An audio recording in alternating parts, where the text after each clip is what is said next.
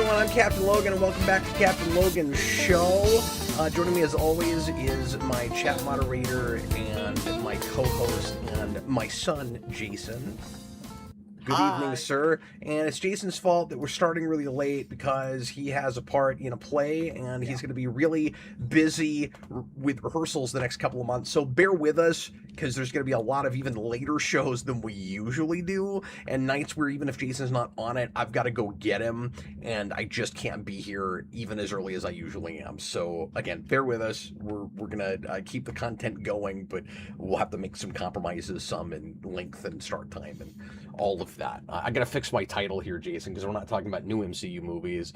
We're going to talk about the state the MCU is in right now versus how it felt even a few weeks ago. Okay. And the strategies that we think maybe they ought to use to try to get their mojo back, to try to get consumer confidence back up. I think there are ways that they could at least partly repair their reputation.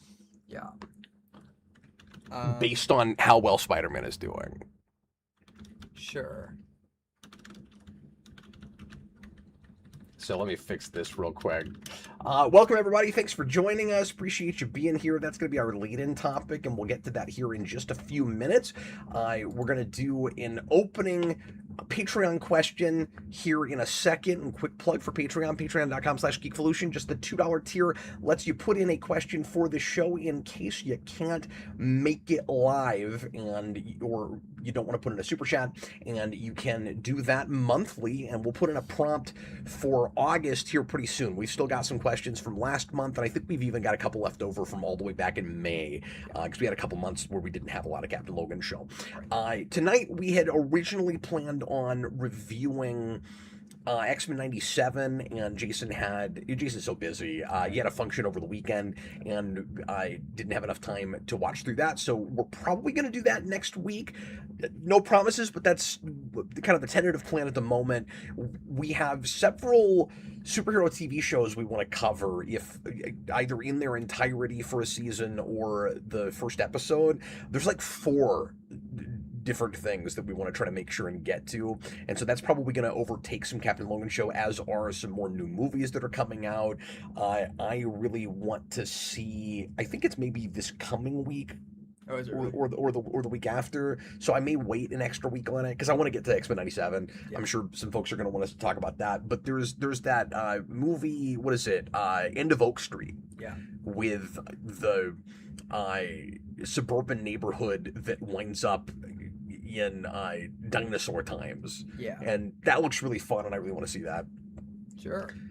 But anyway, maybe that's even a thing that we can tack on some other day or something, but we'll figure it out. But we need to do X-Men. Needs a strong word, but like I don't know that we'll cover all of this, but we're gonna try eventually. It might be a couple 3 months with some of this, but X-Men, the second season of Batman Cape Crusader is out right now. We're gonna do at least the pilot for Lanterns, and then once it's all out, we'll try to cover all of it.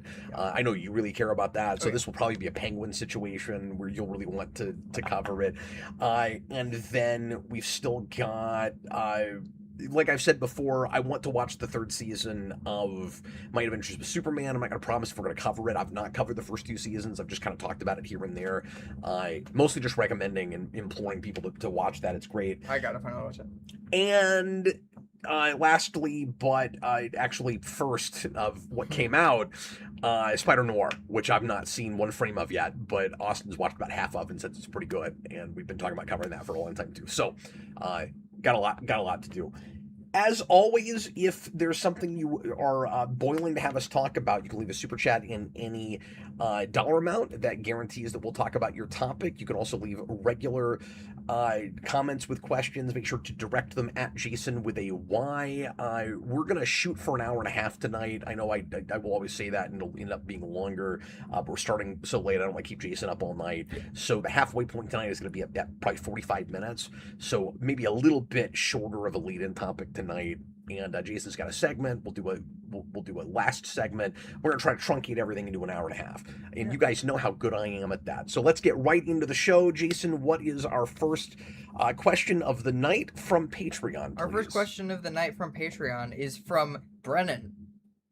And Brennan asks, with the popularity of the Absolute line and the news of the animated Absolute Batman series, how do you feel about the possibility of a new generation of comics and superhero fans seeing these versions of the characters as definitive? I personally, I don't know if this is a hot take or whatever, I personally don't see that happening.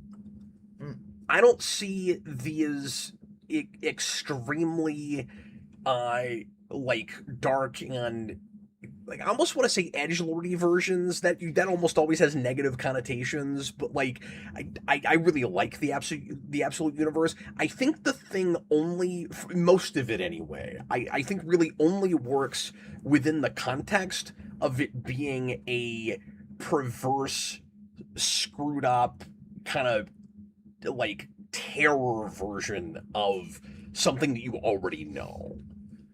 And like, might it excite people that have never read that stuff before and be like somebody's definitive version? I guess it could. I don't see a whole generation having that. I think even folks that haven't really read comics very much or at all that are finally coming in because of Absolute, it's maybe their quote-unquote definitive version now in that it's what they're really into. Yeah. But they probably, most of them know at least enough that part of the appeal of it is not your father's Batman, not your father's Superman, whatever it is. And so I have said that the one exception to that for me is their Wonder Woman, just because I love her characterization so much that it feels definitive, not in that I need my Wonder Woman to come from hell, but that I just love her and how heroic she is and how inspirational she is within that super dark context. And so she is not as much well, even Superman's like not a super dark version of Superman. He's just in such a like dark universe. But even his characterization is like a little removed just because his background is so different, and like he remembers being on Krypton, and so that colors the whole thing differently. Yeah, I think the name doesn't help. Yeah, that's fair. But I don't see it either unless... My interpretation of the name has always been excess.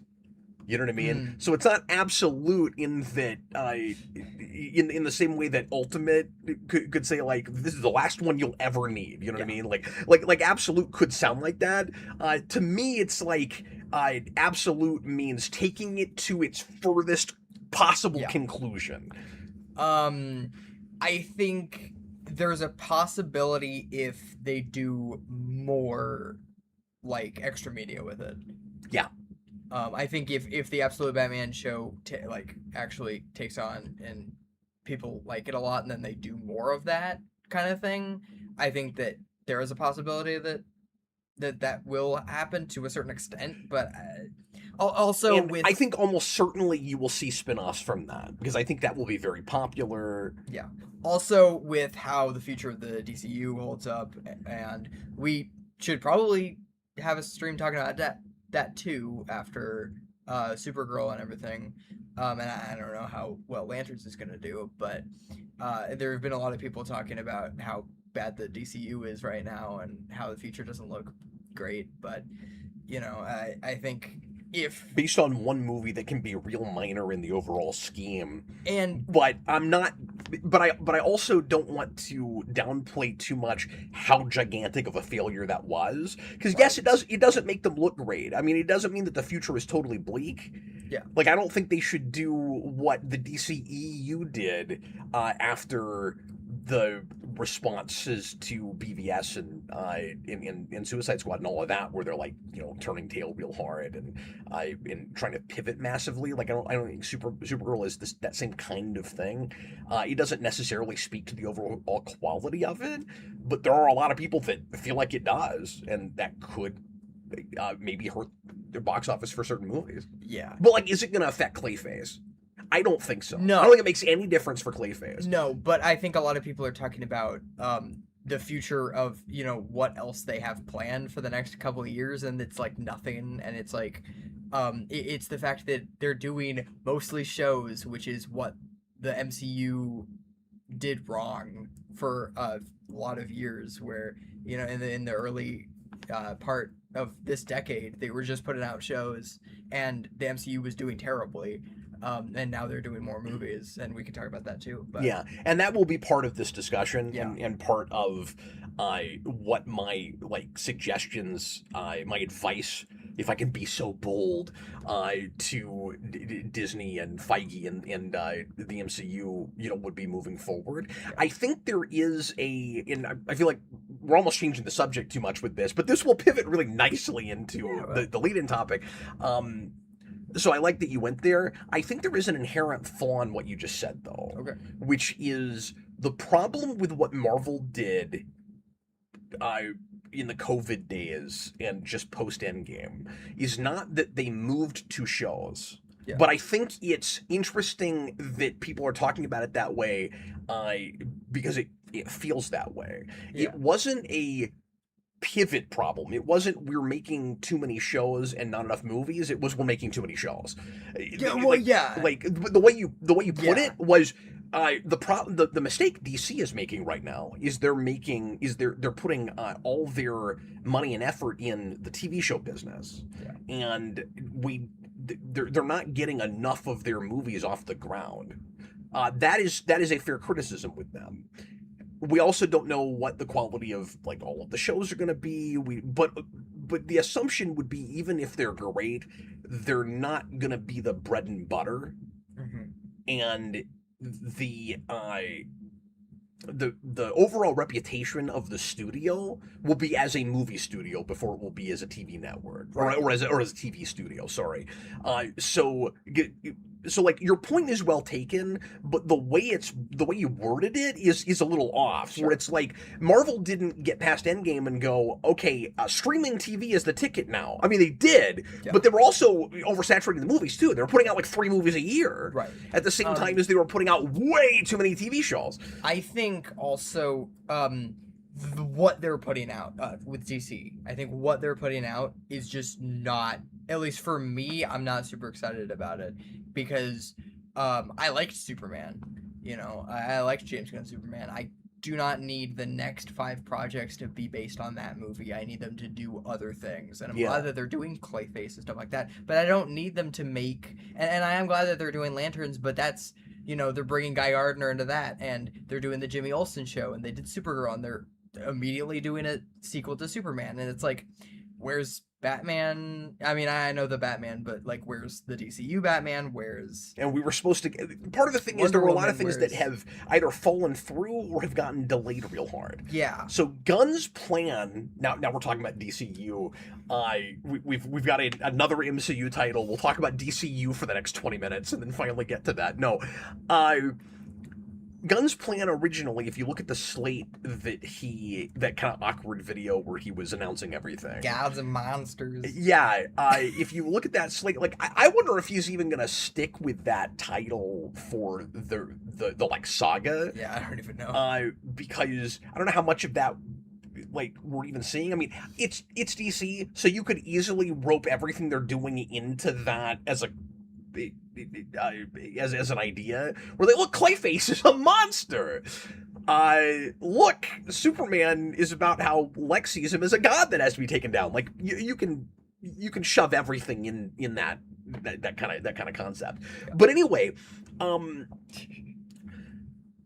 his initial plan sounded a lot more like what I thought the strategy ought to have been, which is what you're saying you want, which is more Clayfaces, which is have several different projects in lots of different pockets of the DCU to not as give us an origin for this universe like the MCU did, but to establish all the corners of a living and breathing world that has been around for a long time, and we're finally just getting into it.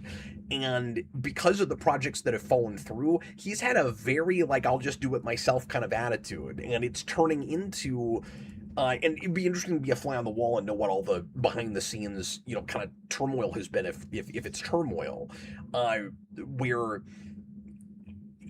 a lot of what they're doing right now is turning into like Superman as a franchise, and then if something else in that world takes off and is working, then we'll actually get it going and get to see it. But like the Clayface thing in the middle of all of this Superman is kind of awkward. It is, because and, like Supergirl wasn't supposed to be the very next project, No. and Brave and the Bold probably ought to be coming out next year, if that had worked out the way it was supposed to. And so you would have gotten the Superman and the Batman areas of the universe already established. And I think James Gunn has said that he doesn't want a Batman movie in the same year as the Batman movie, which means the next time we'll get 29. It is 29. Yeah. If not later than that. Well, and I'm disappointed for lots of reasons, obviously, that the Batman got delayed again. I don't know if we even talked about that when that happened, but it got moved to February of the following year, which means, first of all, it's an insane number of years in between those two movies, and it's like almost a decade-long later sequel. It's not. It's like 6 years, it's but like it's right? but it's a lot. No, it's not. That came out in Batman 22. Oh, 22. Okay, then it's 6. Yeah. Okay, then never mind. It's 6. Okay, but it feels like that. Yeah. But the other thing is, I was stoked to get a Superman and a Batman movie the same year. That would have been so freaking cool. Yeah. And that would have made history. Okay, you had it once before because BVS was both, but I just mean separate Batman and Superman. That would have been really fun, and it did not work out that way. But I digress. Real quick, before we get to into the lead-in topic proper, I want to go back to the initial question because I have one more point to make about that. Yeah, absolutely. Which is, there's a thing about the Absolute Batman animated show that nobody's talking about, or that I've not brought up and I haven't heard anybody else bring up either, which is to the question of, if that's really popular and makes this whole universe of shows, could that become like somebody's definitive DC? There's something kind of sad about that to me, if that were the case. Like, I want to say not really, but if that did kind of happen, it kind of speaks to this idea that like heroes aren't really allowed to be heroic anymore. Like overall, now, obviously Wonder Woman in that world is like, they've played that really smart. But again, it's a companion piece to the regular DC universe, and it needs to be a companion piece. It really needs to not be the thing that overtakes it. Yeah. And where that's just how we do stories now. Like, I love getting this kind of horror version of that, but it's got to be a version. It can't be the thing, right? Right. Well, something that I haven't really heard anybody talk about, Jason, is it works within the context of Darkseid created this other universe, and again, it's like a sister universe to the main DC universe. Yeah. I didn't know that. Is that what the show's gonna do? And if the show does that, what is the initial continuity it's birthed out of? Because it's just gonna be a show, like, from the ground up. So then it starts to have that like DC animated universe problem where you're adapting from, I talk about this all the time, but like you're adapting from stories that are very dependent on other stories and living in a living and breathing universe. And sort of like going all the way back to Superman Doomsday, where it's like you're gonna establish Superman in this universe where you're going to sort of kill him. It's weird, right? Yeah. And so like the better ones are things like Dark Knight Returns, where you can kind of do that in a vacuum. Right. Is this gonna be its own universe from the ground up, where we don't have the Darkseid connection? Because honestly, I don't think the whole idea works without that. I think you have to have that. But if you do have it, then what's its counterpoint? The DCU? You almost wish it was birthed out of another show. I didn't even have that thought until just now. Yeah. Yeah, I didn't think about that. I did not realize... have not read any of the You absolute gotta stuff. start doing it. I You didn't gotta get know into that it. was even Dark Side, and I didn't know what that was. I didn't know about Mm-hmm. that. So yeah. Yeah, the reason that world it's really smart and creative. The reason that world is so dark and oppressive and horrible is because at its core the world is evil. And there's in like made from, dark side anti-life crazy shenanigans. And it we're doing with really with all those books, but especially like Absolute Batman and Absolute Green Arrow, there's a lot of really great social commentary about the way people feel like our society is sort of eroding around us. There's a lot of really good, uh, thoughtful commentary about that, and it's somehow both really depressing because it's pretty close to home, and also weirdly escapist all at the same time. Crazy. Like, it's Yeah, shocking I how well gotta. it I works. gotta read that. I'm deeply entertained every time I read most of that stuff, and it also hurts my feelings at the Oh same wow. time. It's a great, in a weird way, it's a wonderful bittersweet feeling. Because it feels like it Interesting. matters, Yeah. but it's also, like, massively entertaining. Do you think it's the best thing that's happened in comics right now? No, but it's up there. Is it? I don't think it beats Skybound. Yeah, that's what I was gonna ask. If it beats Skybound. Yeah, it doesn't beat some of what Kirkman is doing. But Yeah. yeah. Hey, do we want to go ahead and hit these super chats? Yeah. And Let's do it. then I talk more about my lead-in topic. Yep. Go ahead. Thanks for being here with us, folks. Appreciate the support. We have a something dollar super chat from somebody. And this somebody says, You just got fired. We got to replace the moderator as soon as and this person says something. he becomes a template. Oh yes, a $5 super chat from Joel Davis. It's important to keep in mind. This is back talking about the MCU. Yeah. Um, Well, we're gonna do that moving forward. yeah. It's important to keep in mind that during that streaming era, Marvel was forced by Chapek to make shows, and Feige lost a lot of his creative power. Well, that's a good point, and I don't think that gets talked about enough. I always kind of forget about that, and we do put a lot of the blame on Feige with that. Yeah. But I also don't know where his power exactly begins and ends, and I honestly I don't even really care who to blame for this. I don't need a scapegoat. Like, I'm not there. That's not important to me. It's easier for me to just look at it as these are the creative failings, or these are the strategic business failings. Whoever made that call was dumb. Let's not do that anymore. You know what I mean? So, like, oversaturating the Disney Plus shows, and as soon as a character seems to remotely be maybe breakout, go, and you get a show, and you get a show, and it turns into Oprah. Yeah. Where, like, WandaVision hits. I think part of the problem is that WandaVision was really popular because at the very start, and I liked that show a lot. Yeah, well, the difference between WandaVision and the other shows is WandaVision is good. Well, there's other shows that are decent, but I don't know if we ever quite even hit that quality. WandaVision, I felt like, to a lot of people, the storytelling quality of the best of the MCU up to that point, it felt on brand. Yeah. You know?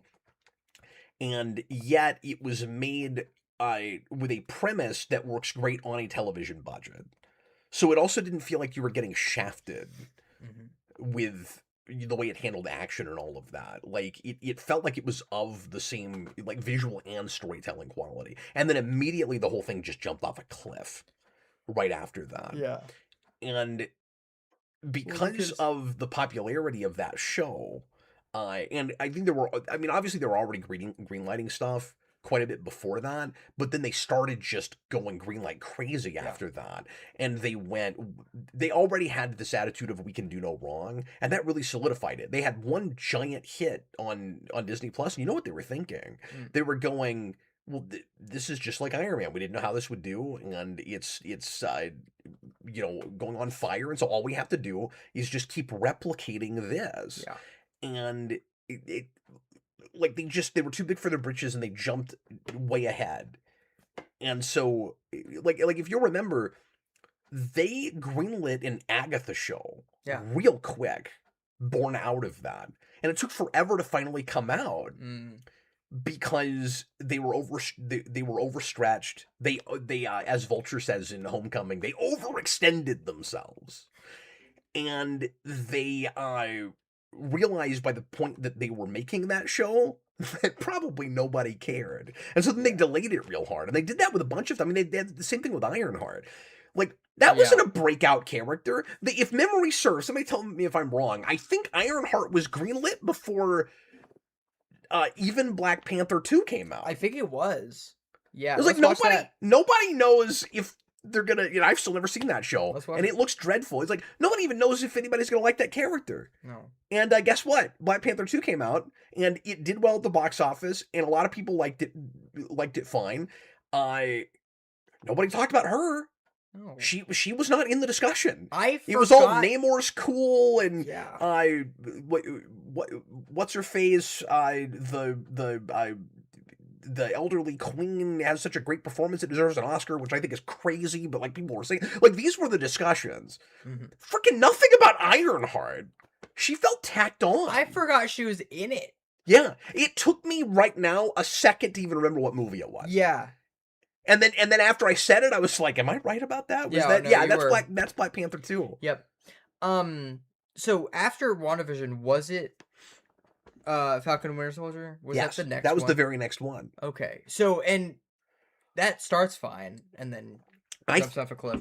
I thought so. And I was still, even at the start of that show, ready to consume every one of these things as they came out. Yeah.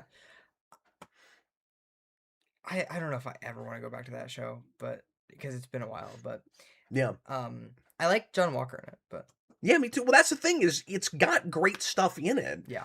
But it almost feels like, well, that's more complicated than that. I was going to say it almost feels like the second half is written by a totally different staff than the first half, but the seams start to show real hard by like the third episode, where they're already introducing stuff that's going to really bring it down and tank it. Yeah. Like a lot of the domestic terrorism stuff just doesn't work. And anyway, but we'll segue into the lead-in topic. So here's my pitch. Yeah. My pitch is, however you feel about, and there will be spoilers for Brave New World. I keep freaking doing that. These titles, these 3-word titles that start with a B. Brand New Day is out in theaters and doing ridiculous numbers. And if you've not seen it, you probably shouldn't listen to the rest of this segment until you've seen it, because I will spoil things. Yeah. I can't talk about the future of Marvel right now without talking about the big reveal, big surprise villain reveal in that movie. Yeah. And everybody watching right now will know about that, probably. But I feel like I gotta do my due diligence and have the disclaimer. So I'm going to talk about that movie. It's been out now, what, a week and a half, a couple weeks? Week and a half. About a week and a half, yeah. Yep. So anyway, spoilers for Spider-Man Brand New Day. Brand New World. Brave New Day. New Day. Brand New World. It's a new day. Well, you know what? After Secret Wars, they could maybe call the next movie Brand New World. True. They could maybe use that. True. But don't, because I'm tired of these 3-word titles that start with B. Anyway, so here's my pitch. Yeah. However you feel about Brand New Day, Marvel has a real opportunity because of how insanely huge that movie is. So I want to start by saying, this is another sort of disclaimer, that as I always say, when you get big hits with Marvel right now, it is not necessarily indicative of the overall strategy or attitude or course that Marvel is taking. And that's what I was going to say. Yeah. It is not necessarily indicative of that. So even the title of this stream is going to make people think that I've really changed my tune and that I'm suddenly really happy with Marvel and that it's back, baby. I'm not saying that. I'm saying that for especially general audiences, Marvel's got a chance at getting it back to that. Even if some of us diehard superhero people don't even like the direction they end up going, as far as box office goes, and as far as getting the fans, general audiences, again, I don't want to say the normies or whatever, but that is basically what I'm saying. Invested again in the universe and not just particular franchises and particular characters. They've got a shot now. Okay. They've got a shot that I didn't actually think they had. Mm-hmm. And there is a strategy that they used with Brand New Day that I don't like on principle for a Spider-Man movie, but that could save them if they don't F it up. Okay. Now, do I think they'll manage it? Like, I think it's like a 30-40% chance. Like a 30% chance probably. But there's a path now. Okay. I'm putting this in almost like political terms where it's like a candidate for president, like how many swing states can they get, like what's the path to victory. That's kind of what I'm talking about here. Is I see it now. There is a path, but can they get all the swing voters? I don't think I've used a political metaphor on this channel, but there it is. I just did it anyway. I'm not talking politics. I'm just using it as a metaphor. Usually there's like food ones. Yeah. I'm sure I'll find some way to turn it into food later. Okay, so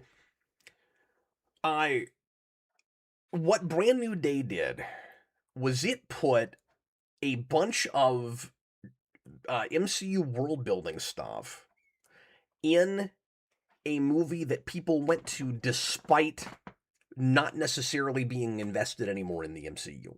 Yep. Obviously, some people that went are, but the majority of them went because we haven't had a Spider-Man movie in 5 years. And then I might be wrong about this, I don't know, but if Sony had made a Tom Holland Spider-Man movie 5 years after No Way Home and had tanked the agreement, the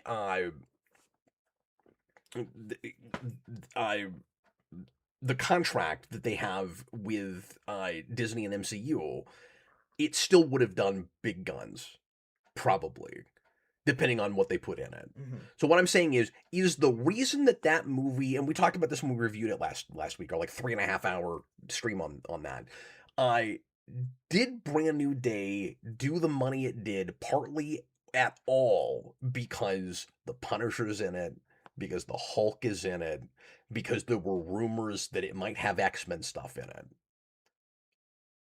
Probably not. No. Because the Hand is in it. They sold it huge on the Hand. Well, that's which was about one fight and was weirdly tacked on. There is a thing that I forgot to say in the spoiler cast for that. Sure. With the Hulk, they should have kept that secret. You think so? Because it didn't. I don't think it would have made any of a difference, and they would have added something to that character being there, which is, whoa, it's a Hulk fight. You know? And then thematically it was very connected to what was going on. Yeah. And that's like the third time recently that there's been a Hulk fight that is in a trailer that should have been a reveal in the movie. Yeah. No, that's true too. You know. But so anyway, but my first point is, I don't think the MCU stuff has much to do with why it's doing gigantic guns. When I say gigantic guns, I mean it broke the opening weekend record. It might break the all-time record. Yeah. It is tracking to do at least $2 billion, which is nuts. Yeah, this is absolutely insane. I don't know. I say that I haven't looked to see what the second weekend was. Which I guess we could look up, but like it did worldwide almost $1 billion opening weekend, and it's also highly rated. So like in our circles, I'm seeing it somewhat polarizing. Not polarizing in the sense that like people are, either over the moon about it or absolutely hating it, but like I'm talking to a pretty equal number of people that were either pretty high on it or a little disappointed with it. Mm-hmm. So not everybody's happy with it. This is not like a Dark Knight situation where it's not setting the critic world on fire, or at least the armchair YouTube critic world on fire. Like Rotten Tomatoes has it at like 94 or whatever, or 96 even. Wow. I think it's like the highest rated Spider-Man movie. Yeah, it is. Or it's way up there. Did you find that box office? Yeah, it's 145 million, on its second weekend, making it the third biggest second weekend after Endgame and Force Awakens. What was the percentage drop off? So you're saying 146 domestically, probably? Yeah, it's domestically. Well, anyway. Yeah.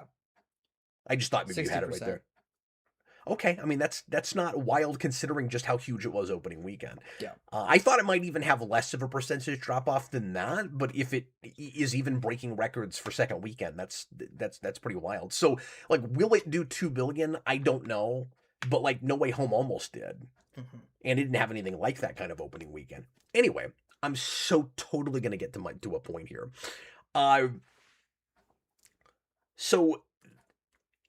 A movie that people went to despite MCU has lots of MCU stuff built into it and is setting the stage for things they're planning on doing in the future. Yeah. That makes it a potential ground level setup movie in a really weird way. Yeah. Even though it is the fourth in a franchise and it's like kind of restarting, not rebooting in the sense that we're like going into a new continuity, but it's like relaunching Spider-Man, putting him in a new status quo. He's older now. He's in a different place in his life, right? And it has the potential to be exactly that for the MCU as well, if they don't screw it up. So let me talk first about momentum. You've got Spider-Man breaking all the records. You've got Doomsday as the very next thing that is already doing a lot in pre-sale business 4 months before the thing comes out. We know that no matter what the quality of that movie is, it's going to do a lot of money. Now, is it going to beat Brand New Day's opening weekend? It might. It could. Yeah. And if it does, that looks even better for Marvel. Yeah. So I know what some people are already thinking as I'm saying that. Well, Cap, because people always throw this at me. Cap, Spider-Man is made by Sony, not Marvel. Technically, that is true, but it doesn't matter who's like making the rules and who's taking in more of the business.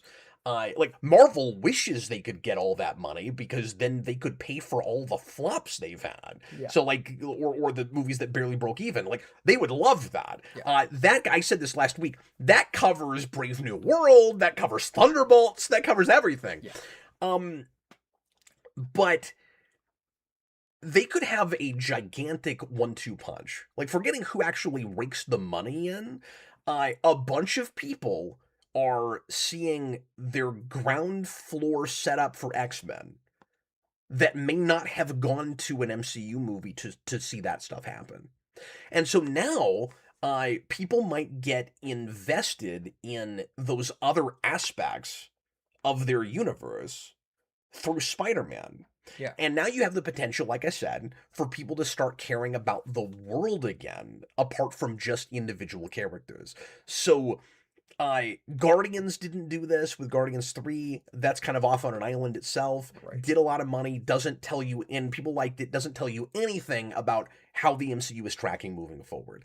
Deadpool and Wolverine is setting up some stuff for later, but in a like comedy parody sort of way where, as I've said before, Doomsday and Secret Wars are going to do some of the stuff that did tongue-in-cheek super seriously. It doesn't give you a sense of the flavor of what it will be moving forward, nor that anyone will care about it moving forward. Spider-Man does almost $1 billion worldwide opening weekend, and its villain is Jean Grey, setting up the start of their X-Men. Yeah. And people that were really intrigued by that might not have gone to their X-Men will now go to their X-Men. Right. And even if Spider-Man is not in Doomsday, there are characters in that movie that were. Yeah. Or that will be. And so people will now be more likely to flock to that movie that may not have bothered with it otherwise. Now, I think that movie still, the majority of people just out of morbid curiosity and because of the whole Downey thing and some people wanting to see Fox X-Men one more time and all of that. Yeah. There were lots of reasons that people will go to that movie. But my point is, a lot of people saw Spider-Man that I wasn't sure would necessarily bother with that, and I didn't realize just how much like set up for the future was going to be in that. And so they've now been uh exposed to this stuff. Do you see what I'm saying? Mhm. And so they could get really invested like they were back in the Phase 3 days Yeah. if they just don't screw it up. And then Well, yeah, go ahead. I think what they need to do, I think Doomsday and Secret Wars, I don't know. I think those will probably both do pretty good. There are Avengers movies. I don't know. So Doomsday is going to be massive, but if it sucks, Secret Wars could be less massive. Right. Like you're it'll right. still be big, but it could be less. There's no chance at this point that that Secret Wars, even if Doomsday is just a bunch of Mr. Potato Heads wearing Avengers costumes being danced around on screen by people's hands, there's no way that Secret Wars turns into like a Justice League Whedon situation. No. I'd like to see Even that. if it's friggin' terrible. I would like to see that. Yeah, Mr. sure. Potato Head, That sounds good. Movie. Actually, that actually sounds more entertaining than Doomsday might be. But I'm excited for Doomsday a little bit. But I actually think that after Secret Wars, they need to slow down and not like. I know you always say they need to just take a year-long break. Well, we and know just they're not going to. We know So that. let's talk in reality. Yeah. So let's do this. And I don't think that's the play with the momentum they currently have. No, so let's do this. Let's slow down and let's make the things that people care about and let's make only the things that we're talking about that Yeah. don't matter with the rest of the MCU. Like the Deadpool, Wolverine, like the Guardians, like the Spider-Man, the heavy hitters. And I know that they're not going to make a Guardians 4, that's probably not going to happen. Maybe eventually. Like they could. Yeah.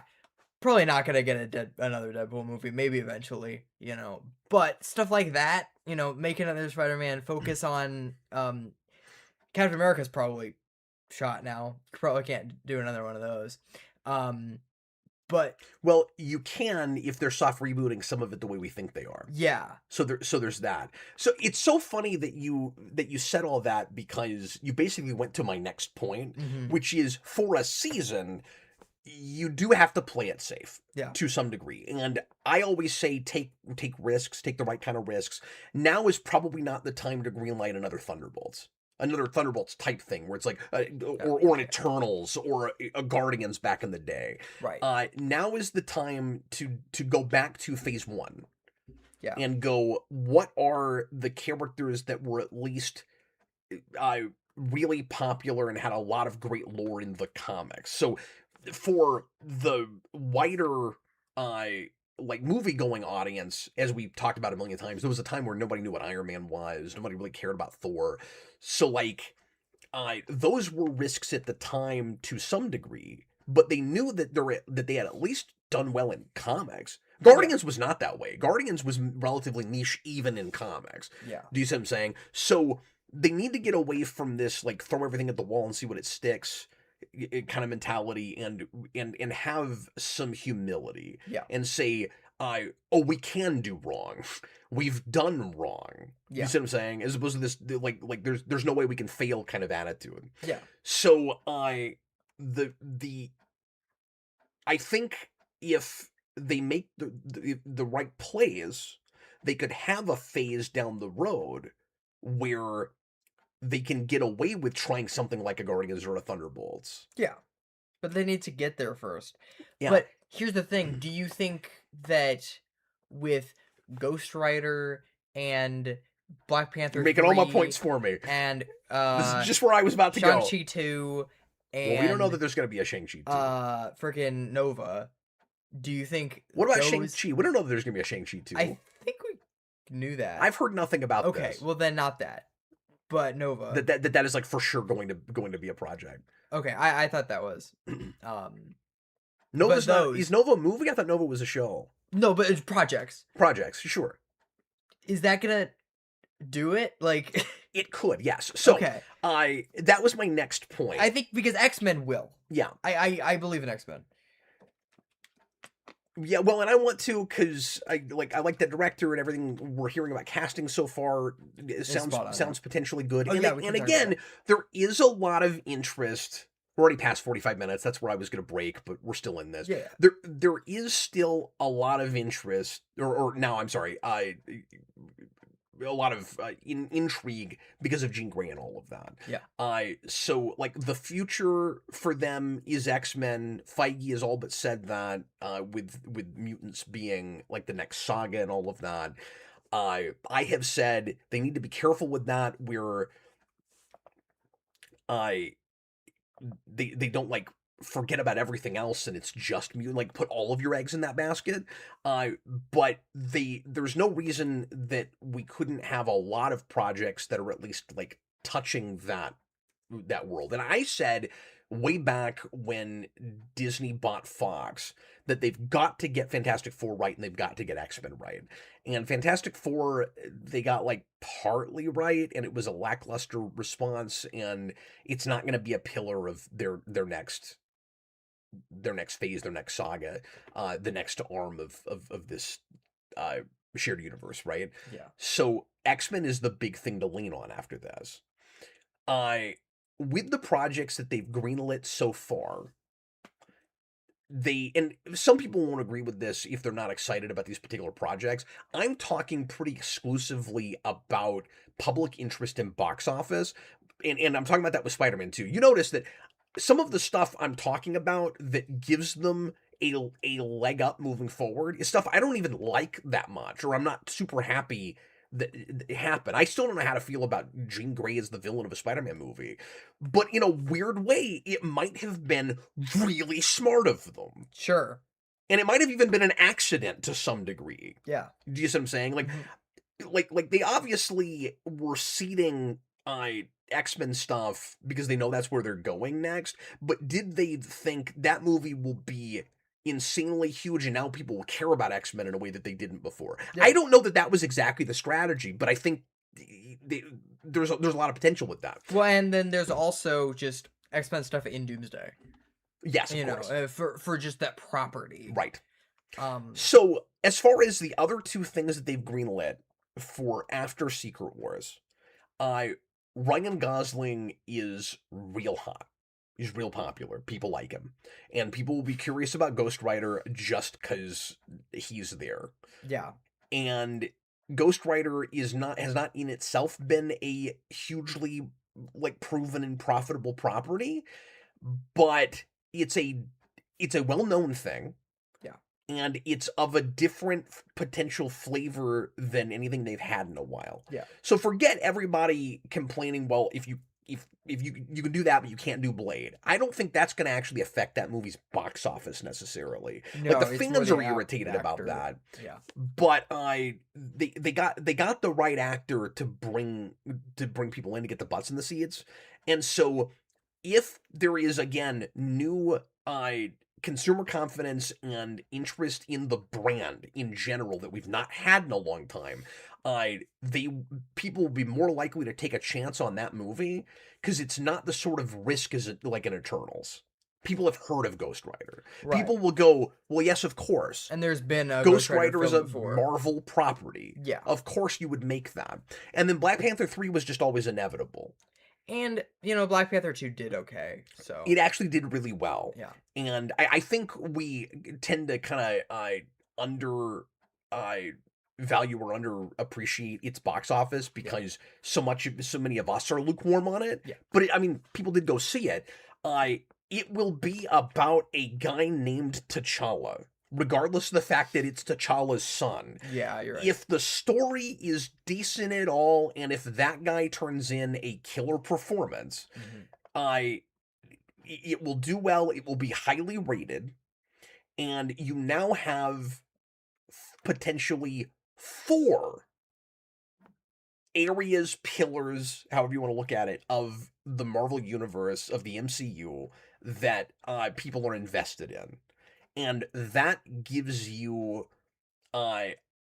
a lot of power that they've not had in a while, and a lot of credibility that they haven't had in a while.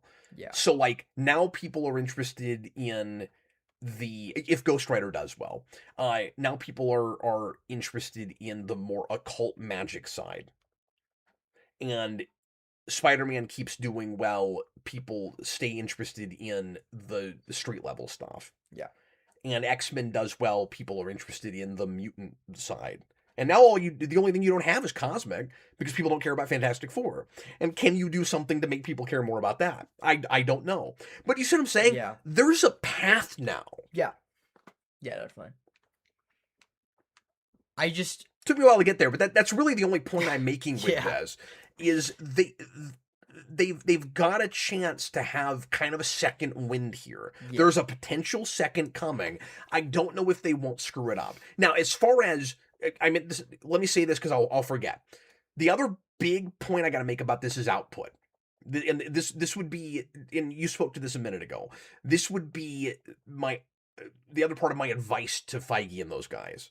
2 movies a year. Yeah. 2 a year. That's it. Yeah. And make them count. Yeah.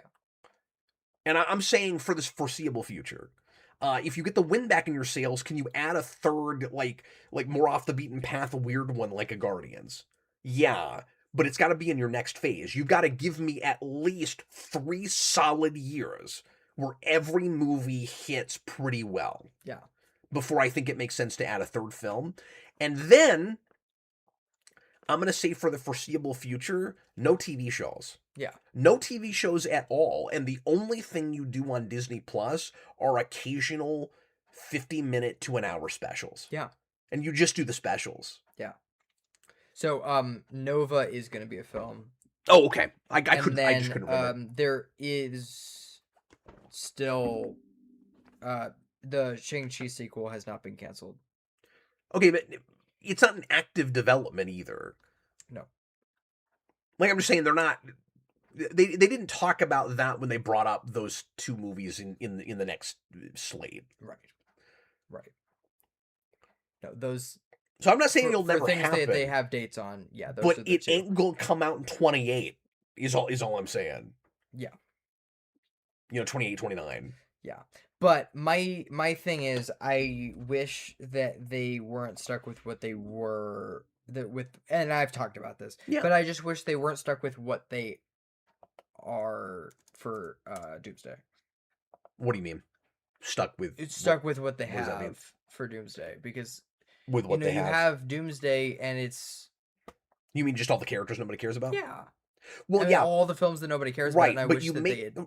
Sure, but the point of those next 2 movies is to clear the deck of the characters nobody cares about. Yeah. If they don't do that, the path I'm talking about doesn't happen. Mhm. Or is harder, because they still... I think they just need to scrape off the riffraff right now. And by riffraff, I just mean the characters that have not gelled enough with audiences. Yeah. Some of them are even people I like. Mhm. And they don't even necessarily have to in continuity kill them all. They've just gotta, I don't know. Some of them you could just pretty easily ignore moving forward, But I think you should call everybody. but I think those movies, by the end of Secret Wars, I think a lot of the mission statement of that movie is going to be to make it clear where their priorities are moving forward. What's the stuff we're really focusing on? Yeah. Okay, let's go ahead and take a break. Yep. And we'll come back and answer super chats. And we'll try to do your segment. Yeah. I don't care. I don't know how long it's gonna take. Not that long. It's just a list. Okay, sweet. Yeah. So we'll do that when we get back also. Thanks for watching, everybody. Hope you're enjoying it. We will discuss this a little bit longer here in a little bit when we get back, since I didn't have a chance to respond to any questions at all about it. So thanks for being here. Give us 4 minutes, and we'll be right back.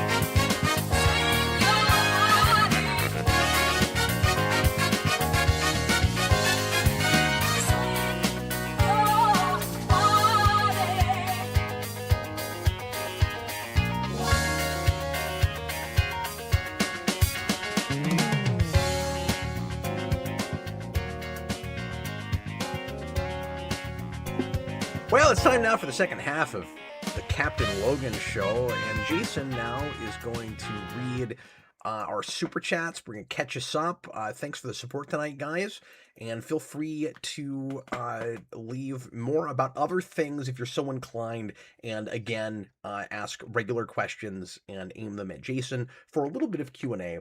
That we'll try to do toward the end of the show. Jason, what are people talking about regarding the topic that we just talked about, and my I don't know, possible hot take that Marvel could get its groove back? Yeah. Well, we got $5 from Bag Studios. Yeah. Thanks, Depending on how Avengers 5 and 6 go, I bet a lot of bad MCU is viewed as easily skippable in the future. Yeah. If it gets better later, I can suffer through One Love and Thunder. Yeah, and a lot of people will probably just kind of headcanon certain things out. Mm-hmm. You know, I think you'll see people act like the Disney Plus side just doesn't even count. Yeah. And you know what's ironic about that? We're already doing that a little bit, to an extent. But it gets complicated just in strict canon terms. I don't want to get too deep into that, but yeah. Just because there are certain characters that are introduced in TV shows, and the movies will be, you know, pretty consistent with that. Yeah. And so it's hard to say, well, this is, you know, this particular character's like first real appearance, because the movies will very often, you know, kind of refer to what's going on in those shows, like with, you know, references to Loki and obviously like the character you mentioned earlier in the Falcon and Winter Soldier, yeah, John Walker. John Walker, like his whole backstory is discussed in Thunderbolts, which is given to us in that show, some of it. So, well, and there's a lot of now you don't need that show to appreciate what's going on in Thunderbolts, but I'm just saying it'd be weird to say that doesn't count because the show was bad. Well, yeah, well, that's every project involved with Thunderbolts, though. So they're all bad. That's what's so interesting is that movie it's a great movie. And it takes a bunch of characters from things that are not very good. That's why it is the best MCU ever. Except John Walker is not a character that they kind of like rework and reimagine to be a cool character. He's the best thing about Falcon. I didn't love where we left him at the end of Falcon Winter Soldier, but I liked him in them. U.S. Agent. I've been trying to remember that this whole time. Yeah. What? I cannot remember even where he is at the end of Falcon Winter Soldier. But... another prediction I have is post Brand New Day, a bunch of people are going to go back retroactively and discover Thunderbolts.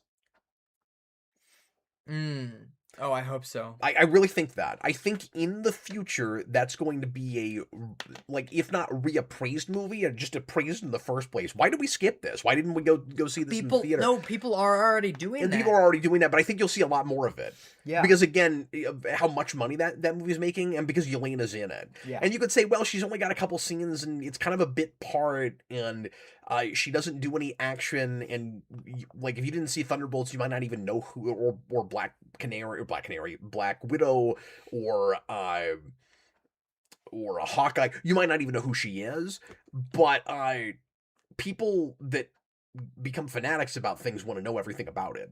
Yeah. And so they might go, who's this Yelena person?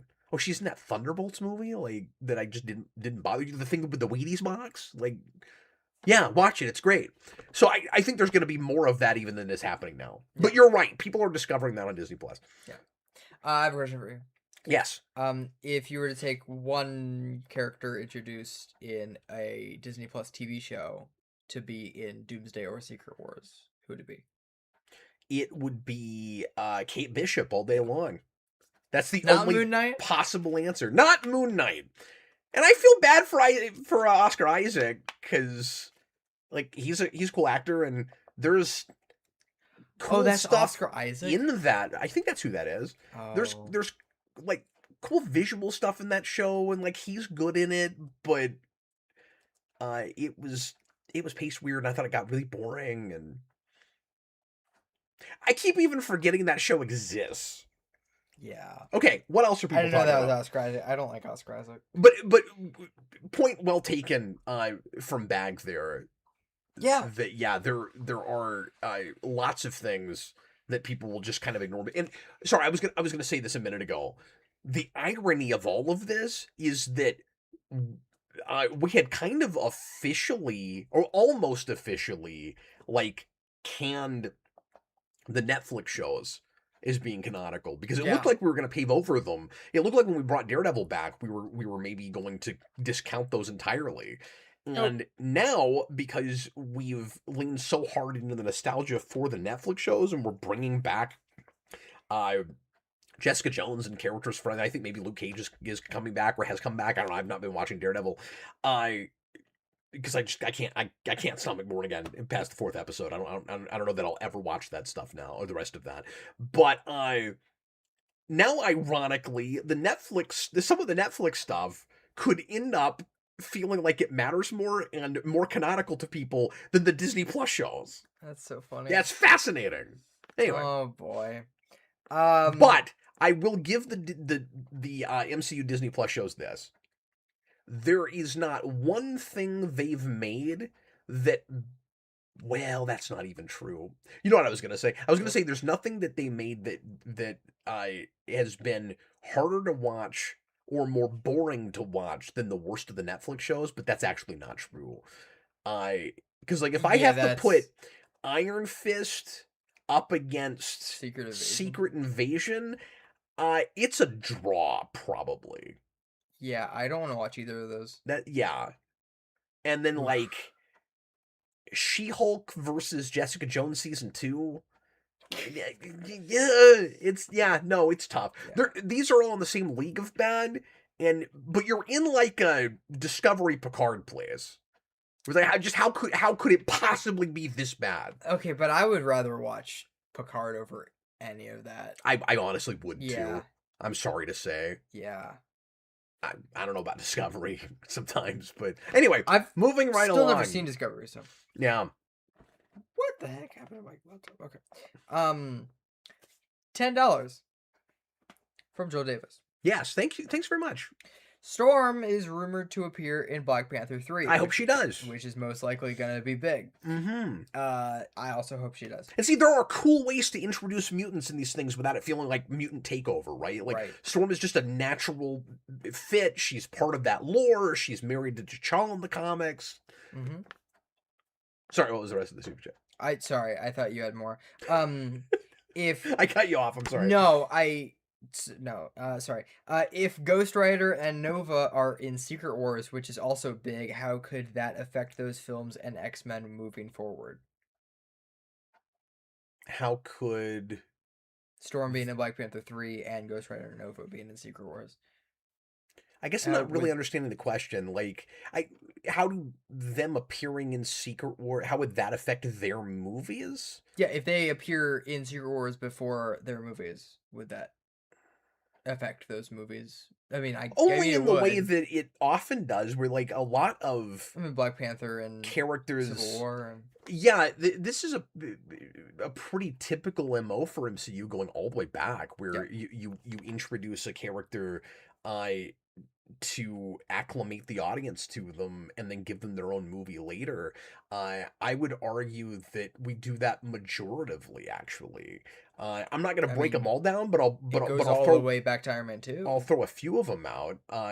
Well, and if you could count Coulson when he got his stupid TV show, it goes all the way back to Iron Man. But Yeah, I love Agents of Shield. you can't really do that. I'm just Nope. kidding when I say that. But anyway, yes, it goes. Yeah, I guess Incredible Hulk's not really doing it with anything.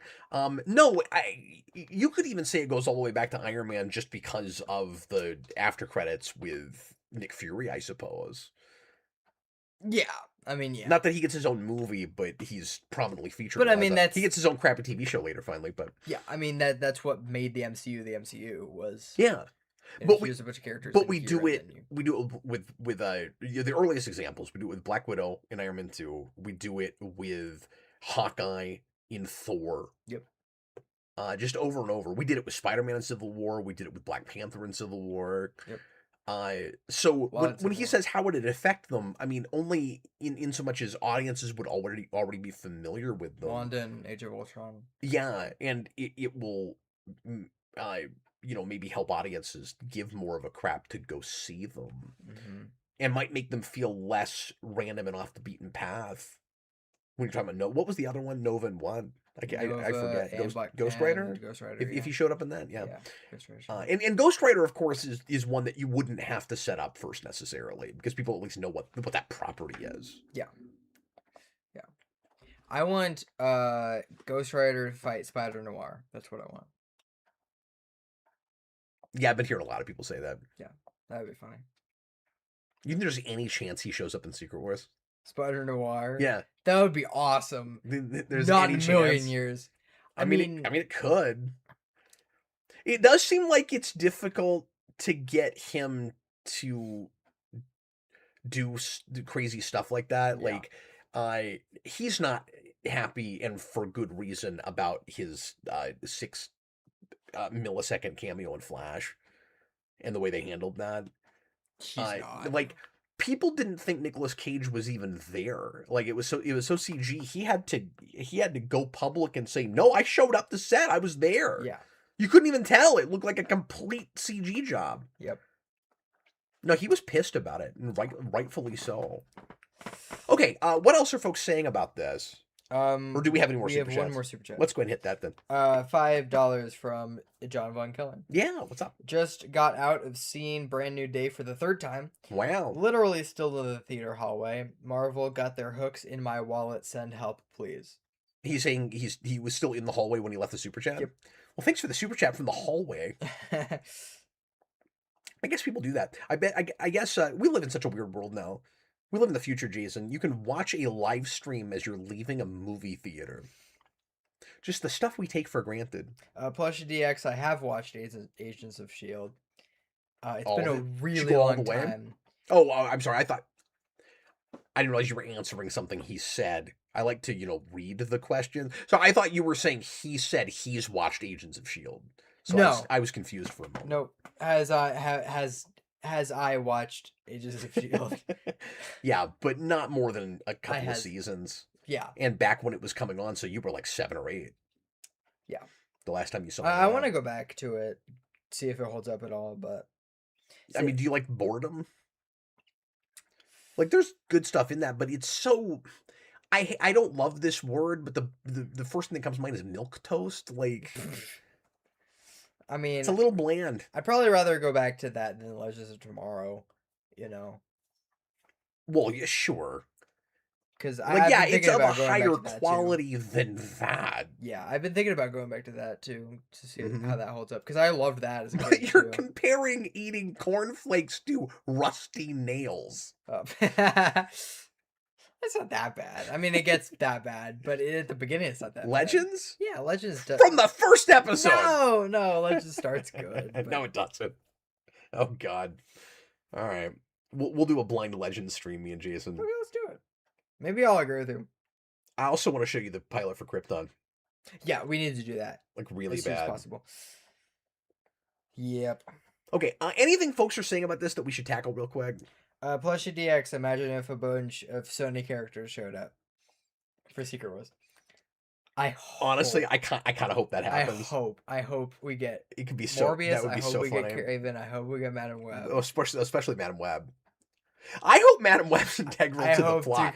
I hope Madam Web shows up and she's like, "I've seen the future," and I hope that she's the only character written like that. And yeah, everybody else is they like bring that kind of writing in. Everybody like, else what is she saying?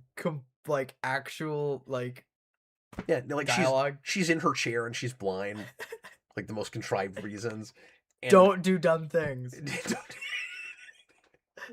No, that'd be great. I actually don't know if that happens. No, and then Doctor Doom has to team up with ADR Man, and ADR Man is like, it's a good thing you had no idea today was the day you were going to die. And then Doctor Doom's like, what? And then Mr. Fantastic is like, how are you poisoning me? And then you know what else I want to see happen? I want to see Michael Keaton show up and have a whole speech about how he does not understand or care what the multiverse is. Yeah. Okay, what else are folks saying? Try not to die. No, Madam. There are ways in which Secret Wars could be bad that I would love, actually. Oh no, it is so fun. Oh man. Braden Atkinson, Cap. Yeah. Saying that he would rather watch Picard than Disney Plus shows is one of the most savage roasts I've heard in a while. I didn't say all of them. I'm saying certain ones. Like She-Hulk, like Secret Wars. I'm sure there's others. I don't know if I'd watch that over Falcon and Winter Soldier. I'd rather watch Falcon and Winter Soldier. Because Picard has an okay pilot and it's all downhill from there. And Falcon and Winter Soldier, I was with for like three episodes. Yeah. RJ Godzilla, it's not Black Panther 3, it's 2. Because we currently don't have a Black Panther 2. At best, it's a Submariner movie. Yeah, fair enough. And I think it will feel that way to some people. Yeah. Especially depending on how sidelined Shuri is. Yeah. Because if she doesn't get much to do in that third movie, then that's going to make Black Panther 2 look like a footnote. Well, I wonder... That is a movie in search of a protagonist. Well, if Black Panther 3 does not do much with her. I wonder how much she'll get to do in Doomsday. Probably not a lot. Yeah. I wouldn't figure. I think the whole Wakanda side is going to show up just for representation, just to be like, this is a side of this universe we love, right? Which is kind of what they had even in Infinity War and Endgame. Yeah, you know what I mean. Do you think they don't do a lot? They just show up and they do their chanting and there's drum beating and then they hit some stuff and that's kind of it. Yeah. Well, and it's funny because you get the portal scene in Endgame and it's like, the Wakanda people are like most of who's there. Yeah, like it's true. It's really funny. Because it's like, oh, it's the big deal, but it's really more like, do you remember the legendary battle? Yes, Power Rangers. It's like you got like 10 people who are actually there, and then the rest are just Wakanda people. Well, I'm wondering if Secret Wars is going to have some of that. Yeah. How much do you think there will be shock value for people dying, like in Infinity War, with Doomsday? Like, a lot. Who do you think they're gonna kill off? Well, I don't think it matters. I think they kill off everybody. Yeah. Because, or a lot of everybody. What happens is, I think you're killing off mostly people that are in other universes, so it's going to be more of like a Doctor Strange Multiverse of Madness sort of situation, where when I say everybody, like versions of everybody. I don't know that you'll see... One of two things will happen. You'll either see almost exclusively deaths of characters, of versions in other universes, like the Fox X-Men. You'll see them die again, just like you did Days of Future Past. And I hope Patrick Stewart dies. Oh, he's got to. No, he just does. It's a tradition at this point. If he shows up, we're killing him. And this will be the last time. So everybody get out your handkerchief because it's the last time you'll get to see. Not because he dies. You won't be sad because he dies. You'll be sad because it's the last time you get to see Professor X play an Xavier death. But that's what we're going to be He'll getting. Be back. It's the end of the day. Just wait.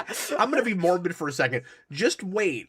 Inevitably, like 10 years after Patrick Stewart eventually sadly passes away, you'll have a CG Patrick Stewart that will be killed off on camera. No, I just hope we finally get the other Professor X back. What's his face? It would be nuts if McAvoy showed up. Yeah.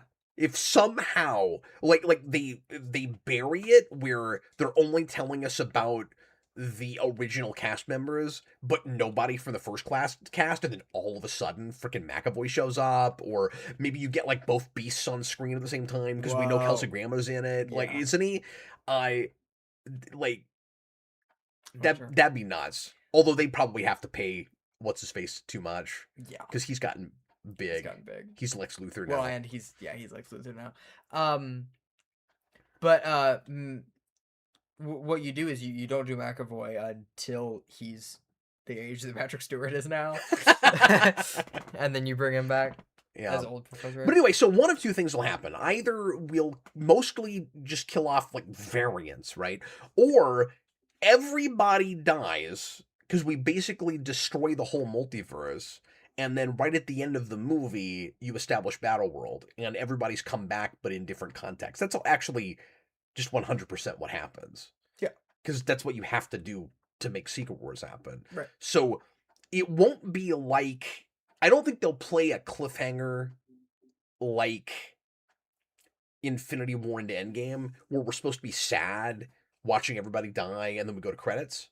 It's going to be almost too big to even have feelings about it. Yeah. Where it's just...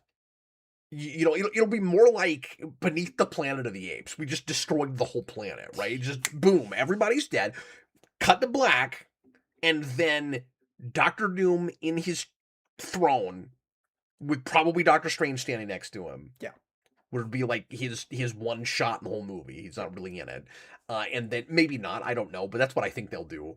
And then you'll kind of cut to maybe a character or two in some place in Battleworld, and the audience that doesn't know what Battleworld is going to be like, how is this even possible? And this is weird. We're looking at these characters in like 1602 or something. And then the next movie, we'll peel the curtain back and go, everybody is still alive. They've been reborn through Doctor Doom in this segmented world of all these different realities. Yeah. That's what. Have you seen the? So yes, everybody dies. Yeah. Have you seen the leaked photos for Doctor Strange? No. There's a leaked photo for Doomsday. Yeah. Oh, so he just is in it. Well, maybe. There's a leaked photo of a character who is just Doctor Strange. I mean, it's gonna be Doctor Strange, but it's like it's a mask. Mm-hmm. That with like a spiral thing on it, and it looks like something that Doctor Strange would wear being on a Doctor Doom side. And okay. Say that's what it is. Sure. So, yeah. RJ Godzilla, imagine if they don't kill off Patrick Stewart, but we see him de-age into McAvoy before our eyes. That would be great. That'd be nuts. Okay. That would be insane. Do you want to throw out maybe one more comment about this if you see one? Just want to make sure that we're interacting with folks because I saw there was a lot of discourse about this. And if not, we can just jump right into your segment. Braden Atkinson, Cap is going to feed Jason rusty nails. No, but maybe cornflakes. Yeah. No, I think we'll just give you boring stuff. Okay, let's go on now to the Geekvolution Next Generation segment and see what Jason has for us. So I haven't done this in like so long. It's been a while. I might have forgotten how to do it. No, I haven't. Well, you have notes and you read them. Yep. And then you talk about them. I sure have notes. So it's been a while. So you know what that means. It's a music segment. Yeah, that's what I was gonna say. Yeah. Yep. It's been a while. You know what that means? Half the audience leaves. That's what that means. Yeah. We're gonna get to Q&A and more of your questions if you have any after the segment. So stick around. In the words of that guy at the end of Back to the Future, "Don't nobody go nowhere." Yeah.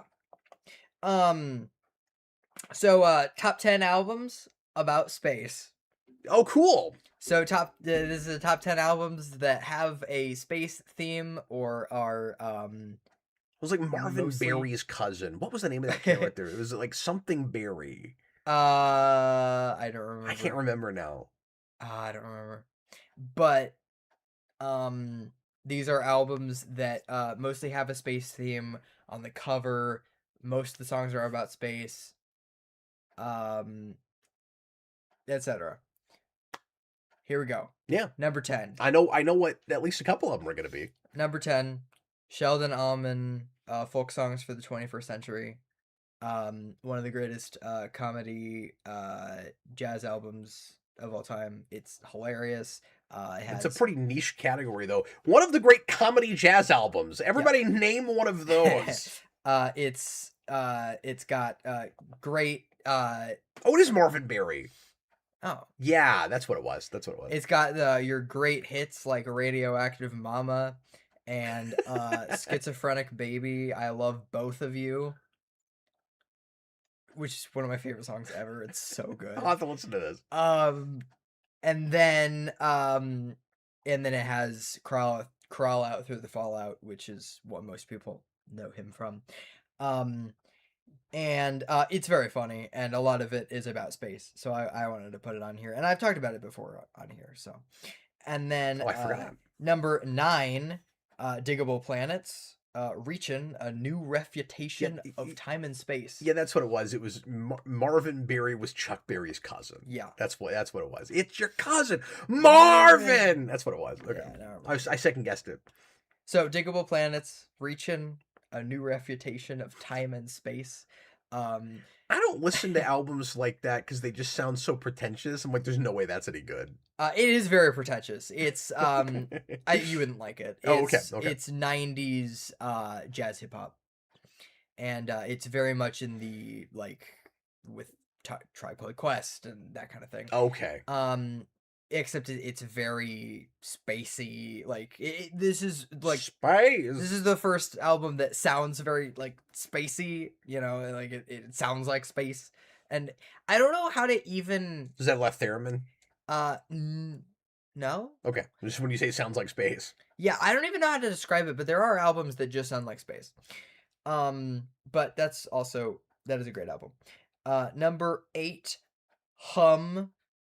You'd Prefer an Astronaut by Hum. That has one of my favorite songs, Stars. That is one of my favorite 90s rock songs of all time. And that's just a great alternative rock album, and I should play it for you at some point. Yeah. It's really good. And the cover is just insane. It's like this, it's just a donkey. I don't know what he's doing there. Yeah. And yeah, I'm doing lots of different genres here, but number 7, Sun Ra Languidity. You told me about this. This is also one of the great avant-garde jazz albums for me. Everybody name one of those. Because it's very I can name lots of those, but it's very funky, and it actually instead of being just super avant-garde, and it's like these are just sounds that you're producing. I don't know what is even happening. There's melodic stuff, and there's dissonance and stuff, and it's weird, and it's very spacey again. There's no theremin, but there are a lot of sounds that sound like space. I don't know if you know this, but there's no sound in space. I know. In space, nobody can hear your theremin. Right.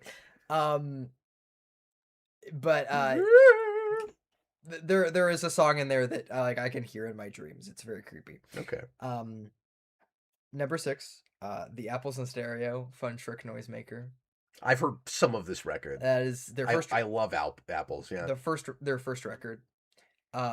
This record, you might not think is about space, but it is. Oh, It has a few songs about space, but it also the entire concept of the album is like it starts with a guy who's like, this program has been directly transmitted from space to your like CD player or whatever. oh, so it's a concept album. Yeah, it kind of, but At not that really. point, yeah. So and it's great. It's great. It's one of their best albums. And then number 5, King Gizzard and the Lizard Wizard. I knew they were coming. Infest the Rat's Nest. So getting into metal. This is And don't be fooled though. King Gizzard is not always metal, just sometimes. Nope. They're putting out their electronic album this year. They're insane. No record sounds the same. Nope. This is my favorite King Gizzard album. And it's very strange, but it's awesome. And it has one of my favorite King Gizzard songs, Superbug, In Your Blood, made of the I don't know. And then number 4, They Might Be Giants, Apollo 18. Apollo 18, yeah. It's not entirely about space. No. It's got a space cover, and it ends with a song about space. And it's got See the Constellation on it. Yeah.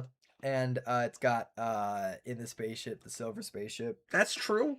And in the guitar. And it was sponsored by NASA, so Wait, really? I didn't know that. yeah, they were Apollo 18 was sponsored by NASA? no, they were the official music ambassadors of Space Year. Because 1992 was Space Year. I was not aware of this. Yeah, it's on the back I never noticed of that. CD. Of the CD. It's great. I didn't know that. It's hilarious. So, folks, I know we talk about Team BG all the time. If you only listen to one They Might Be Giants record, besides Flood, it's Apollo 18. I think if you've listened to Flood, if that's the only They Might Be Giants album you've listened to, listen to Apollo 18 next. Yes. Yeah. Now, I'd say if you only listen to one at all, it's Apollo 18. But that's just because that's I think that's a good choice. Yeah. Totally. I mean, it was your first. And especially if you're closer to my age and you grew up with 90s pop rock, you'd be pretty at home with that album. Because I would say John Henry is also as it is. a solid first album, but yeah, sure. But it's so much more straightforward. Yeah. Anyway, number 3. Yes, this is low, but you know. You're not gonna say The Mission, are you? No, I'm not. Okay. But it is the big one. David Bowie. Yes. The Rise and Fall of Ziggy Stardust and the Spiders from Mars. That is kind of low. It is, but I didn't grow up with it, and it's not. I need to listen to it a bit more. Sure. Yeah, I was not a Bowie guy, so I didn't really raise you on that. No. But it's a good album. It's a really good album. Yeah, I don't dislike him. And every time I listen to some, I'm like, oh, I should have listened to more of this. Yeah, and I like him talking about how he's an elevator and how he's a mama papa coming for you. So, you know, and how he's a space invader. That is an excellent song. Yeah. That's my favorite David Bowie song, and it's on this, so. And then at number 2, I have Pink Floyd, A Saucer Full of Secrets. Okay. Not Dark Side of the Moon. Because Dark Side of the Moon isn't really about space. So wait, is the saucer that's full of secrets a flying saucer? No clue. Oh, okay. Well, then how's it about space? Every song except for the kazoo song. Oh, the kazoo song is about space. That song is amazing. I think. Well, most that of means them are. But it is likely to be a flying saucer full of secrets. Like every song sounds like space. Like they just sound like space. I don't even know how to describe it, but they just sound like space. And I need to know what space sounds like. There's no sound in space. And look, it sounds like space. All right. I mean, just listen to Set the Controls at the Heart of the Sun, because that is what space sounds like. Oh, okay. Crazy. I think I'll have to do that. And then at number 1, I have Styx the Mission. Yes, you did put it at number 1. The mission is an absolute friggin' perfect masterpiece. And it's very underrated. And nobody knows about it because it was just too late in their career. Yeah. But that's Tommy's best work. And if that had come out in 1989, it would have lit the world on fire. Yeah. And it is some of their best stuff. And it's crazy because it's 2017. Yep. And yeah. It's almost 10 years old now. Yep. I've got it on vinyl. Yep. I listen to it all the time still. And Locomotive is one of the greatest songs ever written. Yep. Do it up. Yeah. And Radio Silence is one of the best songs ever written. It is also really good. Yeah. Okay, well, thank you for that segment. Radioactive Mama. So if you want to know what space sounds like, check out some of those albums. Yeah, and also just songs about space. And now let's go to some Q&A. If you guys, last call for super chats and questions about whatever geeky stuff you guys want to talk about. We'll do this for 10 or 15 minutes, and then we'll do some rants right at the end of the show. Looks like we're going to be closer to 2 hours. Are you good? Yeah. All right, cool. Well, Jason, why don't you go ahead and throw us a Patreon question, and we'll wait and see if anybody else wants to talk about stuff in the comments. Again, you can field your questions to Jason if you want to leave regular comments, and we'll try to answer 2 or 3 at least. Yep. Depending on how long-winded I get. Look, if the question is genius, sometimes I just go on. You just go on? Just go on. I did 2 hours last night on one question on my Patreon show. Let's see if you do 2 hours on this. Okay, go ahead. SS Jerry. Yeah. Hey. Hi. How's Brandon? He's good. We haven't heard from him in a long while. Is he okay? He's all right. I just had a conversation with that guy. Yeah. Yeah, Brandon has not been on the channel this year at all. He and I actually just talked about this the other day, and he's a little bummed out about it. He keeps wanting to come on for an After Dark. We've not been doing After Dark because we've been having to record so late as it is, that to do Patreon content, I've been just picking a day that I'm not doing a stream and making that the stream, and I've been doing these, I'll do it myself. That's not to say that we'll never do another After Dark. It just hasn't been really in the cards. And I have wanted to prioritize getting Brandon on something that's streamed for the whole channel and not just on Patreon, but I don't know what yet. So he might come in for a commentary or something. Yeah. I have invited him to some stuff that he just hasn't been able to show up for, but we still see him quite a bit. We've been having some Star Trek get-togethers at the house, not broadcast, just private with my family. Yeah. And he's been coming to those. And he comes to birthday parties and stuff. So like we see Brandon. We just haven't had him on the channel. Yeah. He's at the house at least a couple times a month. Okay, what else? The Amalgamation. Yeah, hello. Given Power Rangers 2017 wasn't a total bomb, are you surprised they didn't try another film at this point? And I don't even mean a sequel necessarily, like even a reboot. Well, there was one in development, and then it fell apart. Yeah, because they don't care about Power Rangers anymore. Yeah, this is all Hasbro. Yeah. So no, I'm not surprised. I will say, I thought some of that might happen, and when I say some of that, I mean there was a whole slew of stuff planned, where there was like a multi-pronged strategy that was going to give us a live-action film and a new TV show that wasn't going to use Sentai footage, I think, and like a cartoon show, and they were going to aim some stuff at kids and some stuff at adult fans, and they were going to do this just gigantic kind of relaunch of everything. Yeah. And that was when they were going to do a live-action movie that would have been a nostalgic time travel throwback thing that would have been kids from modern day that get transported back to the 90s and become Power Rangers, which sounded dreadful to me. Yep. I'm glad that didn't happen. Instead, we got Masters of the Universe. So. So no, I'm not actually really surprised because of the way Hasbro's handled the brand, and because they don't seem to think there's enough of an audience, and they don't really believe in it. It doesn't seem like. But I would have been surprised if Saban hadn't sold itself to them. Yeah. Or hadn't sold power. I forget, did Hasbro flat out buy Saban? No. No? I thought Yes. that's how that went. Yes. I thought they flat out bought Saban. I think so, actually. Because I think you still get Saban's Power Rangers on some stuff. Yeah. So yeah, I think that's what happened. But anyway, if that hadn't happened, yes, I think Saban would have pivoted, and in 5 years you would have gotten something else. Yeah. All right. You ready for another one? Yeah, yes. Did you think I needed a breather or something? Yeah. I'm not doing a sprint here. I'm just answering questions. Mutala. Yeah. How different do you think Cavill's Superman would have developed if his Pa Kent didn't die? And how different do you think Corn Sweat Superman would have developed if his Pa Kent had died when he was young? I'd have to give it some thought. I don't know right off. I don't know.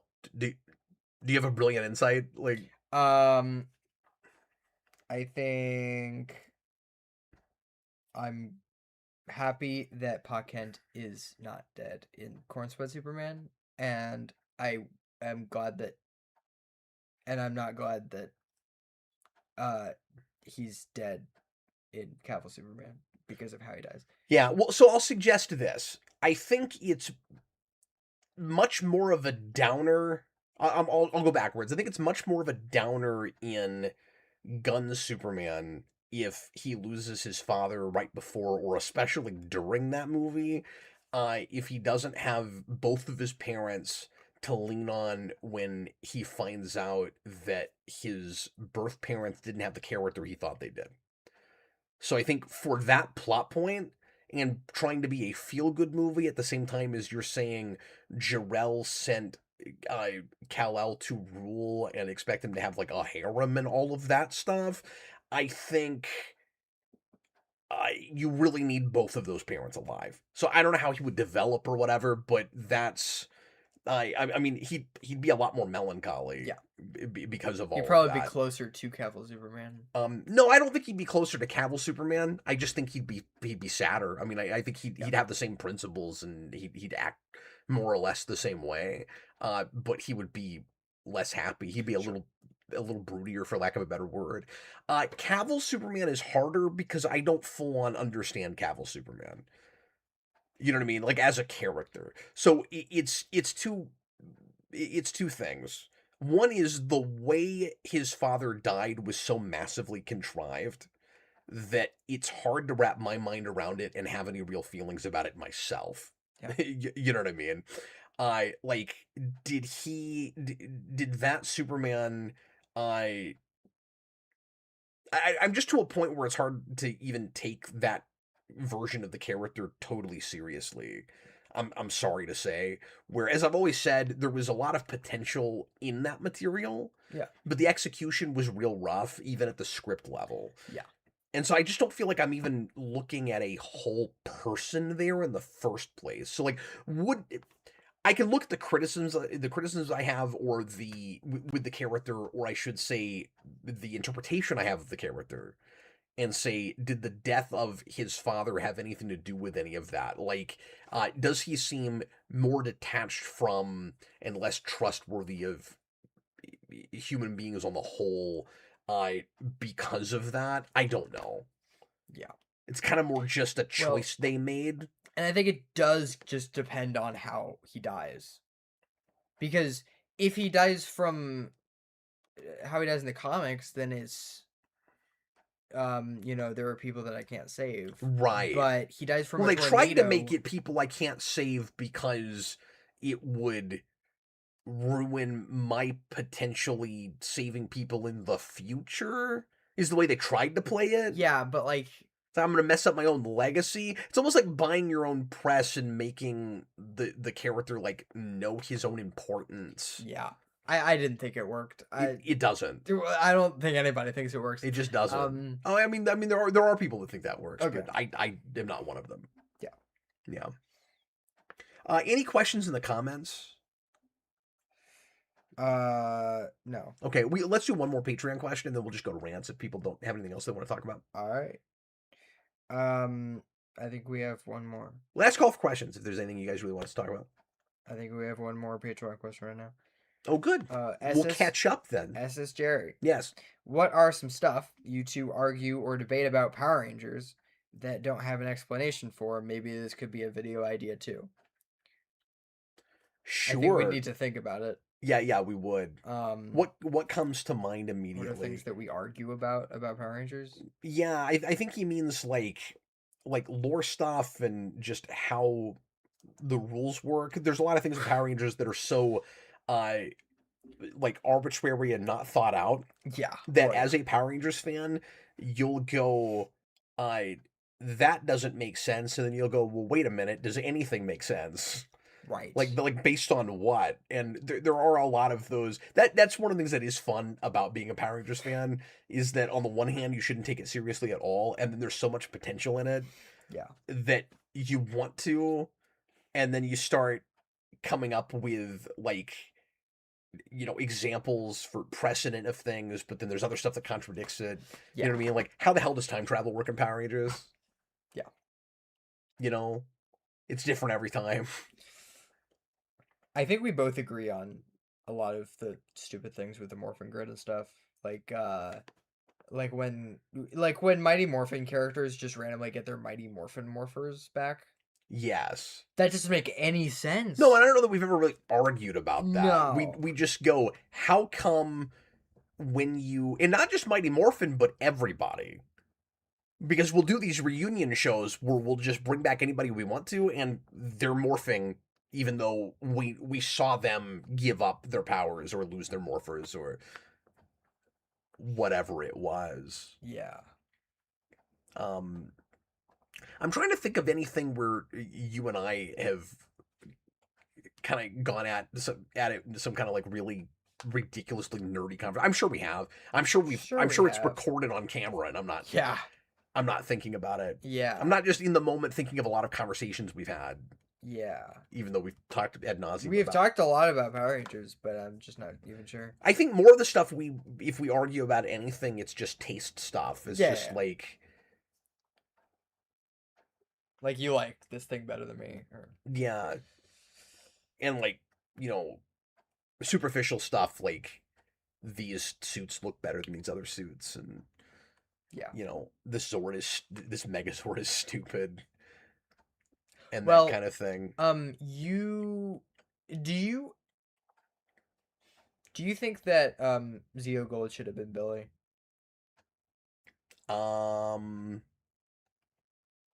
I think no, but I think the way they teased the audience with it was BS. Yeah. Yeah. We'll never know what he was doing. No. Because I don't think Billy just disappears every time Gold Ranger shows up, and then we're never told what he's actually doing. Yeah, because I don't think I want that. Just kind of forgot all about that. Because I love Jason as Zeo Gold. Mm-hmm. I do really wish Billy had come back as Zeltrax. Yeah. No, it's sad there's not more actual Mighty Morphin stuff baked into Dino Thunder ultimately. Yeah. It's like you bring back Tommy and that's about it. And then he spends half the season stuck in a suit and then invisible. Yeah. Which of course we've talked about a lot. Yeah. Yeah. I don't know. I don't have a great answer for that. I'm sure later we'll be like, oh yeah, here's a thing. But yeah. Let's answer this last super chat that just popped in. $5 from Joel Davis. Thanks, man. Rumor is Gunn wants to spin off Batman and Wonder Woman in Man of Tomorrow before giving them solo movies. Thoughts? It's BVS all over again. Okay. Yeah, except he's not gonna be like, this easy contrivance for here's all the Justice League, and then we'll do the Justice League. I don't know if I buy that. I don't know if I buy that either. I'm not sure what to think of it until we see it happen. I also think that Man of Tomorrow is going to be even more packed than Superman was. Pretty overstuffed. Because I mean that was a worry with Superman, and it ended And I up wish we working could get out, more of a and this kind might of. too, but I wish we could get more of a singular Superman movie where there's not all these other characters that are taking over. Some of it is Gunn's trying to build his universe, and these are the movies he's making, so that's where he's doing it. And some of it is Gunn doesn't know how to make a not ensemble movie. Like he He doesn't. just doesn't. Yeah. And he's good at them. And Superman, I was at the forefront of his movie, and it was more of a singular character piece than I thought it would be with that whole cast. But he doesn't know how to do that. Yeah. That's just the kind of stuff he likes to make. Is I have a question. Yeah. Is Super an ensemble cast? Super? Yeah. Yeah. Okay. Or is no, that like, or no, does that it's have like a main character? no, it's like a main character and and a sidekick. Okay. Yeah. Well, that was his one bad movie, so. I guess that. I mean, early on in his career, I think he made a couple of movies that weren't really ensemble things. But as he's gotten real comfortable as a filmmaker and as a writer, he just likes to. Yeah, so maybe that I'm being hyperbolic when I say he can't. He's not going to now. Yeah. I guess is what I'm saying. Right. I knew what you meant, but I had never seen that, and I don't want to. But you know. And that's one of the few things that even at 16 I don't think I'd show you. But, yeah. But yeah, as far as I don't know. I don't know how to answer rumors because we don't know if they're really going to happen. Like if Batman and Wonder Woman are being spun off with that, I don't buy that he's saving them. It's that, especially Batman. It's that the Batman movie they're trying to make hasn't gotten off the ground yet. Right. So he has an opportunity to make it spin off. Yeah, and I mean, I could also see it as just being references before it's those characters even show up in that movie. Yeah. I see Wonder Woman more than I see Batman. Yeah. Just because there hasn't been a Wonder Woman movie in development. How? I also think strategically it could be smart. Yeah. Just to go, hey, look, everybody, we're not just making Superman movies. Yeah. And like just to promise that stuff will show up. You don't want them shoehorned in. No. So if they're doing that, I hope he's smart enough to not make them just lame cameos. They need to be, I don't know. I could see a way in which they're not very involved, but they don't feel tacked on. But my instinct says they need to be at like that Mr. Terrific level. Yeah. If they're going to be there. But again, like you said, it's going to be so overstuffed with characters anyway. And I think I want to say if that were going to happen, given that they've been filming, we'd have heard about it by now. Like as more than a rumor. Right. Like there's no casting. There's not like, that's suspicious. Yeah. They're hip deep in filming that. Yeah. Now maybe they've managed to keep it really hush hush. That would be a first. Like that would be a major monumental achievement on the part of James Gunn that he could cast and film a Batman Yeah. and nobody knows about it. No. That would be crazy. That would be shocking. Now I wish that more like films would do that. Well, so do I. But a character that's that high profile, yeah. I mean, I'd be very impressed if he could somehow manage it. You'd have to shoot it on a stage. Like, there's no way it's location. Yeah. Okay, let's go ahead and go to rants, shall we? I didn't realize we were doing rants until right before the show started, because we didn't talk about it ahead of time. Jason was like, I got a rant, let's do rants. And I was like, okay. So I'm not super prepped for my rant, but like I've got one. Me neither, really, but... Well, let's start with you. Go ahead. Okay. So, you're not on Instagram. No. And I'm not on there a lot. But I've never used it. That's how much of an old person I am. I think it's good for some things. It's basically just Facebook for young people. I'm really I know done... what it is. Yeah. Well, and Facebook owns it now, yeah. Yeah. And these are like people that I know that I'm talking about, but also people that I don't know that do this too. He's gonna throw his friends under the I'm bus. Watch done this, with guys. people just doing the same 3 poses for every picture they take with another person. Nobody knows how to just take a picture with another person. Like, if you're taking a picture with another person, Yeah. you either like put your hand behind their back, Yeah. or you just stand there. Yeah. What do they do? Okay, so there's like one of like 3. I can't think of the third one. Although right I will now. say, if I'm posing at a con with cosplayers, it's this every time. Yeah, and that's fun. It's I think it's okay to have like a signature thing you do. yeah, but everybody does the same one. Okay. And it's Well, weird. then by and definition, it's not signature. and it's just irritating. Yeah. Because it's every picture. It's you'll be like holding each other's arms, and you'll like be like this, or you'll go like this. Uh-huh. And I'm like, I'm so done with that. And then there's another one that's like, why is every picture the same picture? Like, I don't know. Like it wouldn't be that is irritating. It wouldn't be a big deal if it was just every picture is you're just standing next to each other. But you're trying to be cutesy with it with every single picture. So that's why I think it's weird. But that's my rant. That is a valid rant. Yeah. Okay, well, predictably, mine is also an internet rant. Yeah. And it's not, and it is social media related. Okay. And it's kind of a follow-up to a rant I'm pretty sure I've done before, but I'm going to get more specific about it this time. Oh, is it YouTube glitches? No, it is YouTube glitches. What do you mean? You talked about that before. Just YouTube not having its act together? Yeah. No, I'm going to complain again about clickbait titles. Oh, I love clickbait titles. With articles, because I think it's getting worse.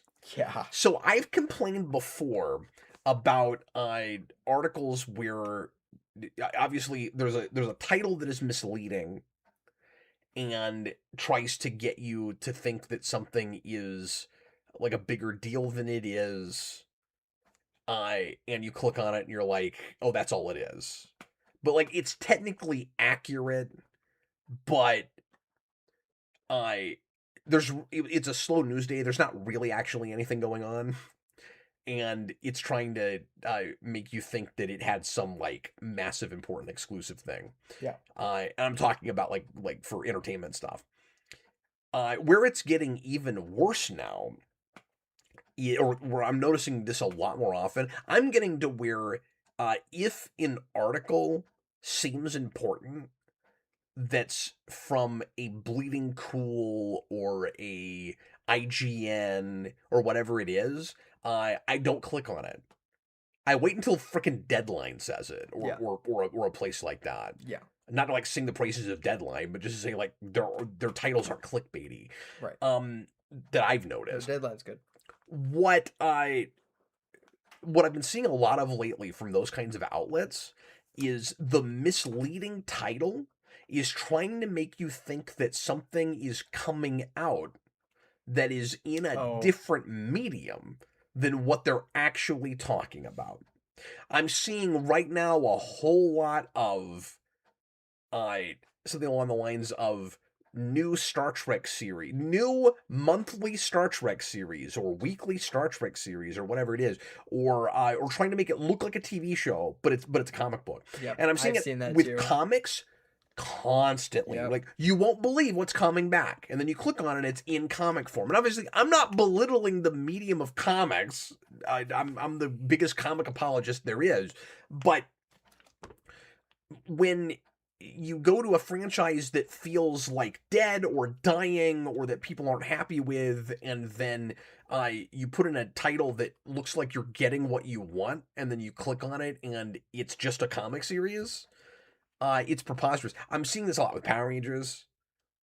Yeah. When the new Boom series were being announced, there's a lot of I just think that this is like more than egregious. Yeah. It's like somehow you just shouldn't be allowed to do this, where it's like for after like so many years or decades off the air, the Green Ranger is finally getting his own series.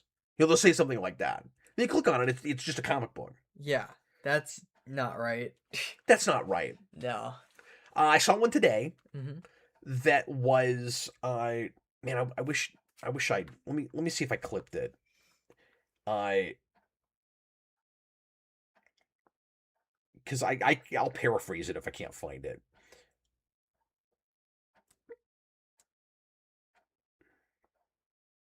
Yeah, I can't. Yeah, I'm not seeing it right off. I saw one today that was like Batgirl gets new redesign that I will change the character forever, or like it'll never come back from this. Mm-hmm. What do you think it is?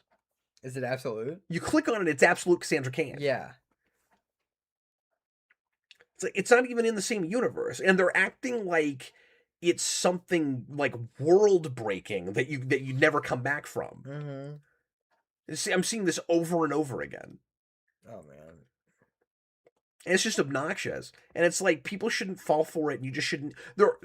I think if websites engage in this at all, everyone should avoid them. And I'm not like a boycott person or whatever, but like they don't deserve your readership. They don't deserve your patronage.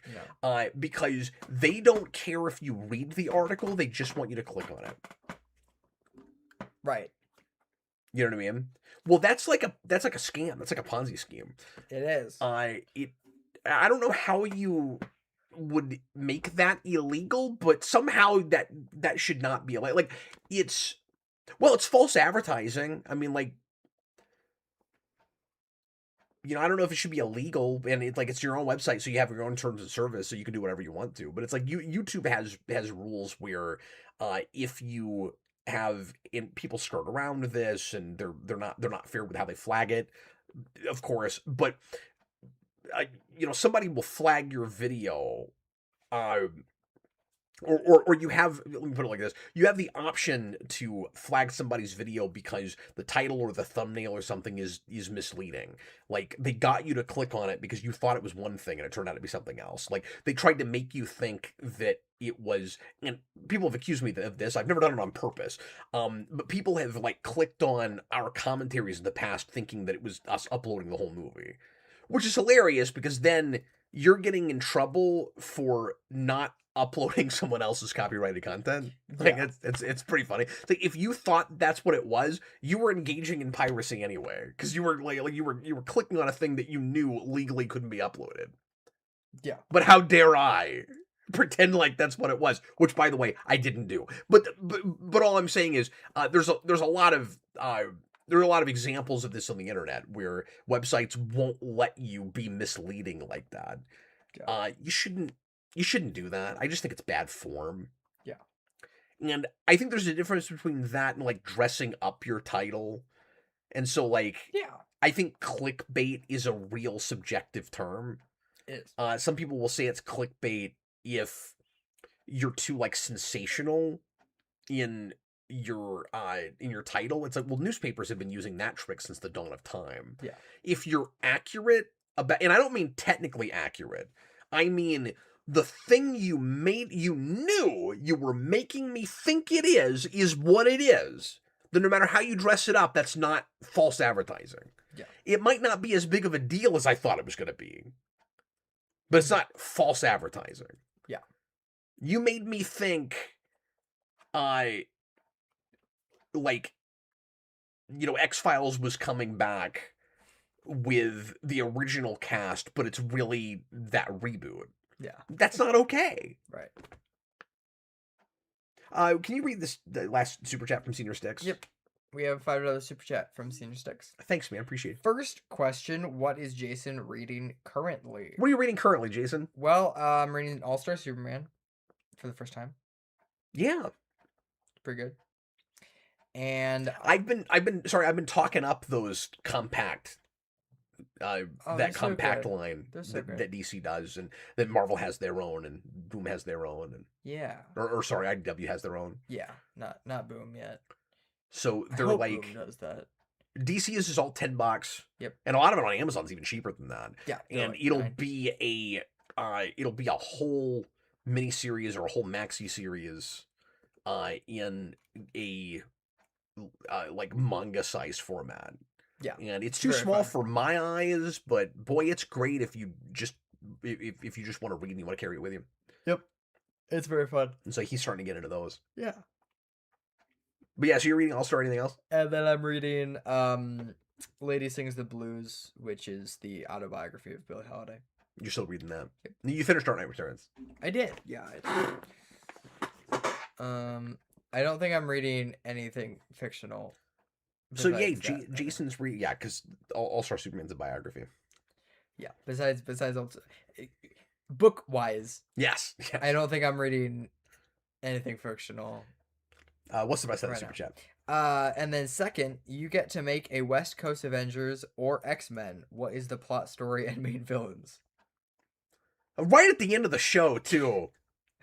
Do I get to pick between West Coast Avengers and X-Men? Yeah, because obviously we're all picking X-Men. That's like that's like if you said you get to pick between X-Men and Alpha Flight. Right. You get to pick between X-Men and VR Troopers. You know what I saw? I'm going VR Troopers all day long. What? Well, because I get to invent the thing from the ground up, you know. I saw the other day? I was at a Half Price Books, and I kid you not, they had a taped up long box. 100 consecutive issues of Alpha Flight for $150. What? Nobody's gonna buy that. Oh man, you should get that for Chris. When I had my flea market booth to get back at him. I tried to do that. I had that whole most of that whole run of Alpha Flight, and I tried to put it in a box and wrap it up and put a price on it. It was significantly cheaper than that, by the way. Yeah. And for whatever reason, the person running the flea market didn't want me to try to sell a whole box like that. They wouldn't let me do it. Weird. I don't know why. Weird. But yeah, I couldn't sell a whole run like that. That's weird. Interesting. I agree. I think it was something like if they can't open it, they can't know what's in it, and like or something. I forget what it was now. But anyway, I thought that was hilarious. Okay, so an X-Men... So yeah, if you're gonna do X-Men, what's the plot, story, and main villains? An X-Men movie? An X-Men show? What is it? You just get to make it. Okay, I get to make X-Men. Yeah, you get to make X-Men. Okay, well, what? Okay. The Senior Six, he doesn't always give you quite enough. No, I know. Okay, I want a movie. I'm not making fun of Senior Six. I appreciate your super chats, man. Thanks a ton. I want a movie that adapts the 90s show more closely, not just they get the suits. Yeah. But like So you want it to be that cast? You know what I want? I want a Genosha movie. You want Morph to die in the first movie, and then we reveal that he's not actually dead in the second movie? Yeah. You know what I want? I want a Genosha movie. That's what I want. Yeah. Yeah. Sure. I don't know. I've always thought that was an interesting place. Interesting story. I just want Sinister finally. Meh. Like, I mean, yes, but I just I'm think he could look so cool though. He could. They could also do him really wrong. Well, yeah, that's true. But it sounds like they're probably not even gonna do him in the first MCU X-Men. No. And all signs so far are pointing to Hellfire Club again. Interesting. Okay. Because there's been talk that they might have already cast a Sebastian Shaw. Yeah. And we know that they've got Emma Frost. And Emma Frost seems to be cast older than some of the X-Men they're casting. So I think she's going to be the villain of that movie. Or one of them. You know what? No. You make an Asteroid M movie. Oh, that would be so good. That would be really neat. Yeah. That would be so fun. Yeah. Yeah, overdoing Dark Phoenix again. No, I don't want to touch Phoenix. They will. I want to do, and also no Jean Grey. And well, I hate to break it to you. Right now, that's all we have. Right. I I don't know enough about West Coast Avengers to even say what I would do with West Coast Avengers. You know what? Isn't that the team that's got Spider-Woman on it? I don't know. I don't know anything about West Coast Avengers. I don't even know. No, actually, like I want an X-Force movie. X-Force. That's what I want.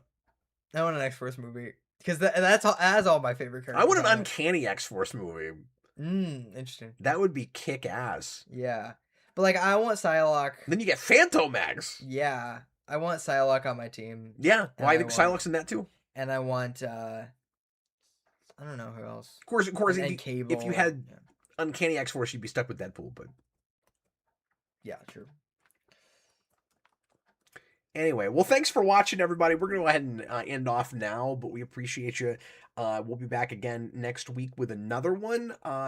Join us for more fun, geeky shows this week. Friday night, the Superhero Rewind Commentary Project will be back with the dreaded 2011 Green Lantern film. So look forward to that. Yeah, you want on? Yes. I haven't seen that movie in so long. We might bring Jason on for that. But anyway, so join us for that and other things coming up this week.